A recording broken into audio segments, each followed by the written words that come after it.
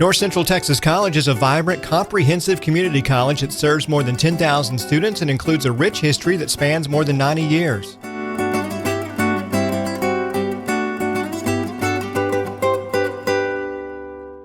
The history of North Central Texas College is indeed a long one, the longest, in fact, of all 50 public community colleges in Texas. With a history that includes 9 decades of serving students, we believe that to truly understand and appreciate where North Central Texas College is today and where it's going in years to come, it's important to take a look back at where we've been.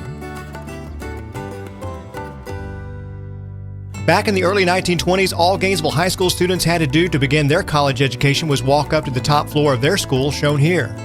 Gainesville Junior College, like many of the earliest junior colleges in Texas, was in the beginning an extension of the local public schools, and it was the brainchild of a man now recognized as a true pioneer of public community college education in Texas, Randolph Lee Clark. Born in Fort Worth, Clark came from a family of strong believers in higher education. His father and uncle, in fact, founded Rand College, the forerunner of Texas Christian University. Clark would become the superintendent of schools in Wichita Falls and help pass a bond issue to build this building, which housed the high school in Wichita Falls Junior College, the second publicly supported municipal junior college to be established in Texas. In 1923, Lee Clark came to Gainesville to become the new superintendent of the public schools. He wasted little time trying to sell the citizens of Gainesville on the merits of starting their own junior college. Dr. C.R. Johnson, shown here, founder of the Gainesville Kiwanis Club, soon joined Lee Clark's junior college bandwagon. Clark sold the Kiwanians on the notion that with just a few additions of personnel and equipment, the college could easily share space in the newly remodeled high school building. Lee Clark, the Kiwanis Club, and other supporters then went to the Gainesville City Council asking its approval of the addition of a junior college to the school system. The City Council officially created Gainesville Junior College at its regular meeting on May 20th, 1924.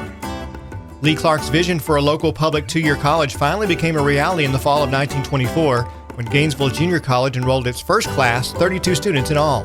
One of them was this red-haired farm boy named Fay Hemphill, shown here as a member of the college's very first basketball team, the Bluebirds. The college also fielded a football team in those early days. These are the GJC Tigers of 1928. Gainesville Junior College continued for a number of years to be operated as an extension of the local public schools, sharing both classroom space and administrators. And finally, in 1957, this group of teachers was assigned full-time duty as members of the college faculty. During the 1940s, college enrollment continued to grow, and by 1946, the college found itself needing more room to accommodate the many veterans returning home from World War II, ready to pay for college classes with their GI Bill. So the school board acquired this frame structure located adjacent to the high school on a plot of ground now occupied by the Gainesville ISD Auditorium. You can see the building in the lower right-hand corner of the aerial view. For the next 12 years, it housed junior college offices, a modest student lounge, and the very first college library collection. It was the first building Gainesville Junior College could truly call its own. By the late 1950s, the college had grown to the point where sharing space with the high school was no longer practical, and local citizens approved a bond issue to build separate facilities. Local voters were also asked to approve the creation of a junior college district separate from the public schools, as well as a tax to support it. As it is today, not everybody liked the idea of more taxes, and the proposition was defeated the first time around. But with support from citizens like W.T. Bonner, who spoke out in this newspaper survey, the voters gave their approval in a subsequent election. Mr. Bonner and his wife did more than just speak out. To help kick off construction of a new campus, they donated 5 acres of land on what was called Black's Hills west of town. Here the Bonners helped turn the first spadeful of dirt at the groundbreaking ceremonies, while President John Parker looks on. The NCTC Board of Regents commemorated the Bonners' contributions by naming of the college's first residence hall located on Bonner Road in their memory.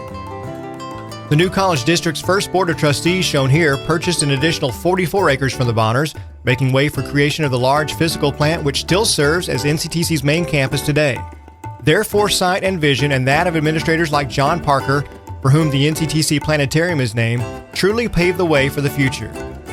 Enrollment at the college has grown steadily over the years, and reaching the 1,000 mark truly was quite a milestone back in 1965. But enrollment growth at NCTC in recent years has been nothing short of extraordinary. Since the 1980s, our student population has grown to more than 10,000 students system-wide. Over its history, the college has actually had 4 different names, but in all these years, North Central Texas College has changed a lot more than just its name. One thing remains unchanged, however, a philosophy we hope we will never outgrow. It goes back to the earliest days of Gainesville Junior College and teachers like Mary Josephine Cox, whose devotion to her students reached far beyond the classroom. For several decades, the M.J. Cox Estate provided one of the largest single sources of scholarship funding at NCTC and continues to provide assistance for hundreds of local students. And now we're up to the 80s. We're now known as Cook County College, having dropped the junior, but in truth, we were still pretty much a small, rurally based junior college at heart. Then the calendar turned to the 90s and things really began to change. For one thing, college officials and members of the governing board understood that for us to have any real hope of becoming a truly comprehensive public community college of regional scope and significance, a name like Cook County College was something of a handicap.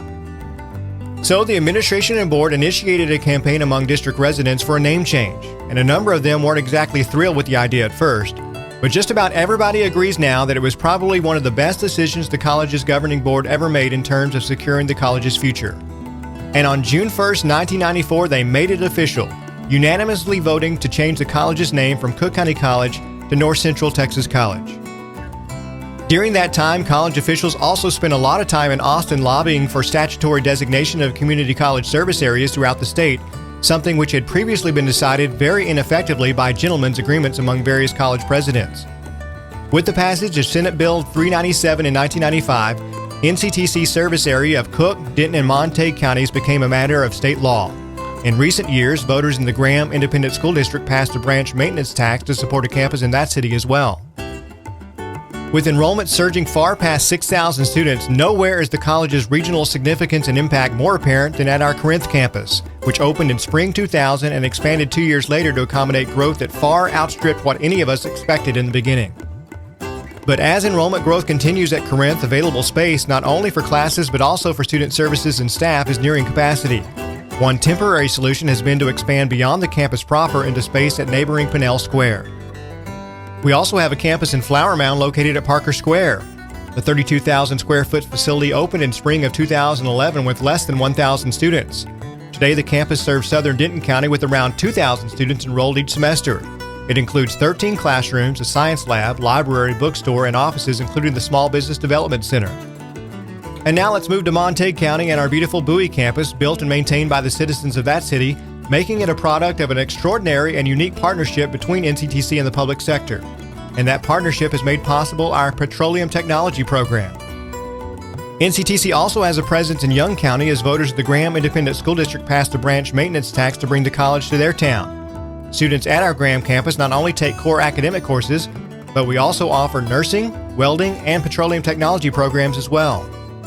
Well, it's easy to see that exciting things are happening at all of our campuses and throughout our service area, and that certainly includes our home campus in Gainesville. We're very proud of additions to our main campus, such as the First State Bank Center for the Performing Arts. Another addition on the Gainesville campus is the Career and Technology Center, made possible in part by a very generous $500,000 gift by an anonymous donor.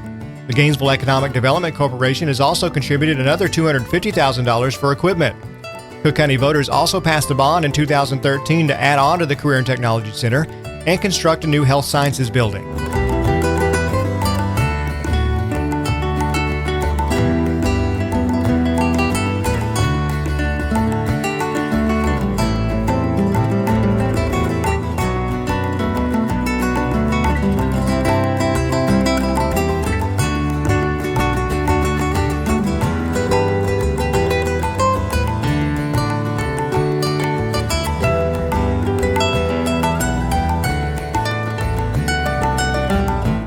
These are truly exciting times at North Central Texas College. With every passing day at each of our campuses, growth continues to occur.